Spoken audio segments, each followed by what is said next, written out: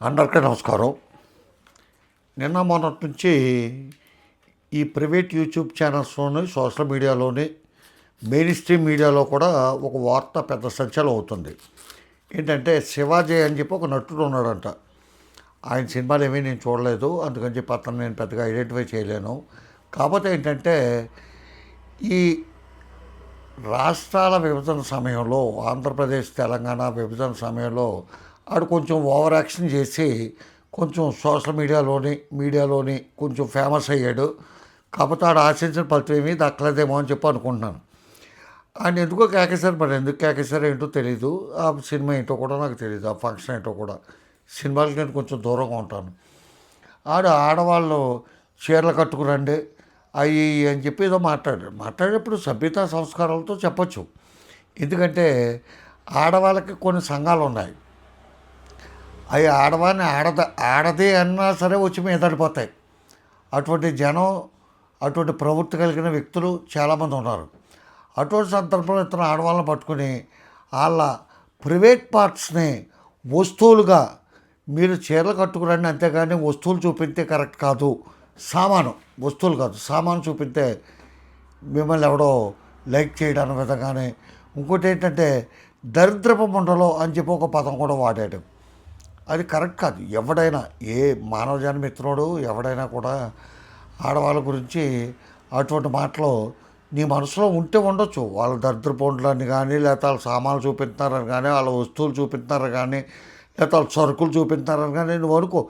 ఇది ఎవడో ఒక బోకు వెధవ, పనికిమాలిన వెధవ, ఆడు పని పాట లేని నీచెప్ప నా కొడుకు ఒక రీల్ చేసి పెట్టాడు సోషల్ మీడియాలో. అది వైరల్ అయింది. ఆ వైరల్ అయితే వల్ల ప్రతివాడు కూడా సామాన్ అంటాడు.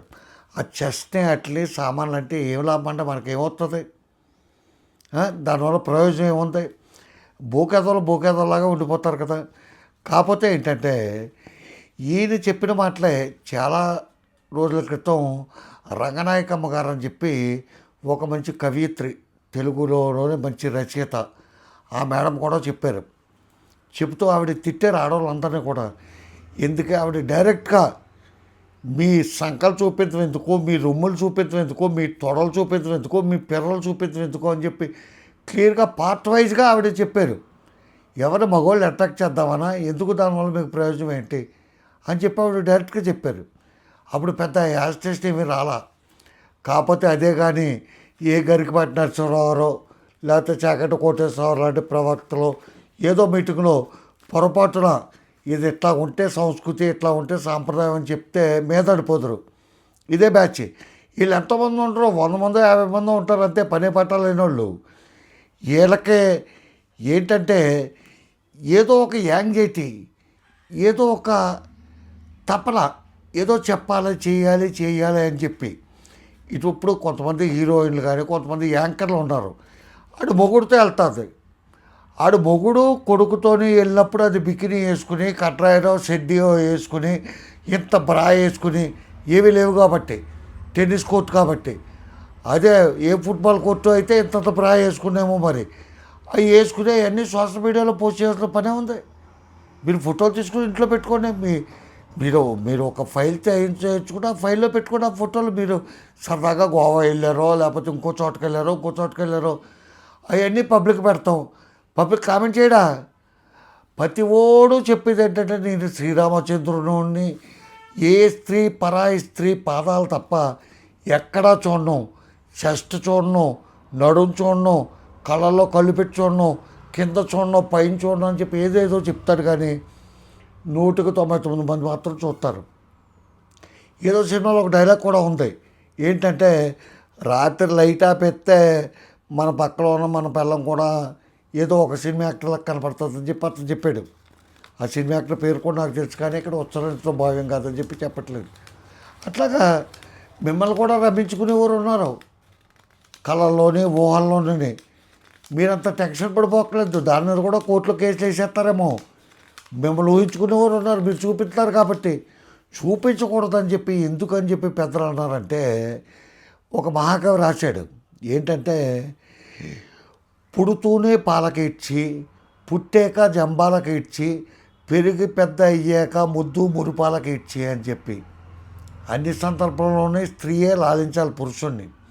అంతేకాదు, మర్మస్థానం కాదది నీ జన్మస్థానం, మానవతకు మోక్షమిచ్చు పుణ్యక్షేత్రం అని చెప్పి కూడా అన్నాడు.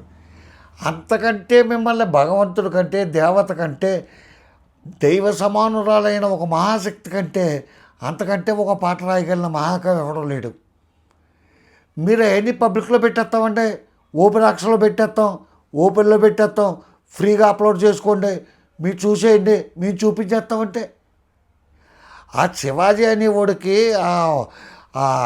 ఒక జబ్బు ఉంది, కొంచెం ఎక్కువగా అతిగా వాగుతాడు. ఆడికేదో గరుడ పురాణం అని అదని ఇదని, ఆడికి అది ఒక జబ్బు. అతను ఒక మానసిక రోగి.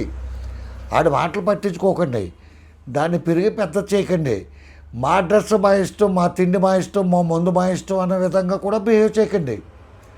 ఎందుకంటే మీ పిల్లలు పాడైపోయారు అనుకో, మీ కర్మ. వాళ్ళు పోతే ఏంటి, ఉంటే ఏంటి, నాకు బాధ ఏంటి కాదు.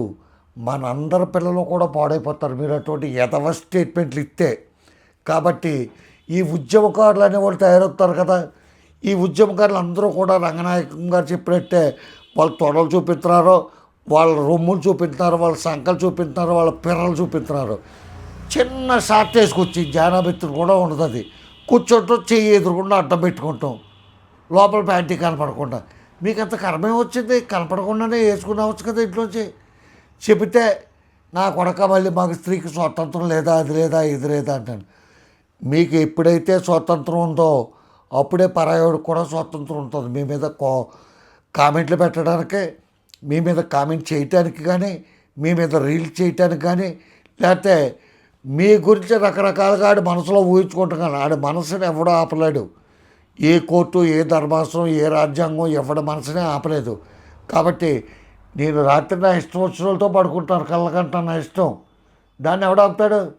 ఇంత పచ్చిగా ఎందుకు చెప్తున్నానంటే, మీరు మాట్లాడే మాటలు, మీరు వ్యవహరించే తీరు, ఈ స్త్రీలు వ్యవహరించే తీరు ఆ విధంగా ఉంది. కాబట్టి సమాజాన్ని నాశనం చేయొద్దని చెప్తాం కోసం ఇంత తీవ్రంగా చెప్పాల్సి వచ్చింది.